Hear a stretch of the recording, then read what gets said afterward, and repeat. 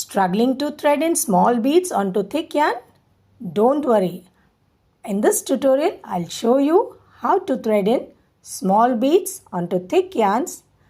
So just join me to learn this super easy trick for threading tiny beads onto thick yarn.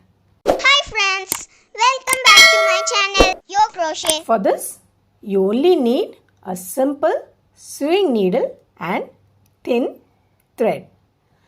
Insert the thin thread into the sewing needle and now start passing the beads through the needle. Now fold the thread to create a small loop and insert the yarn whichever you are using to thread in your beads. Now gently pull the thread and slide the beads onto the yarn.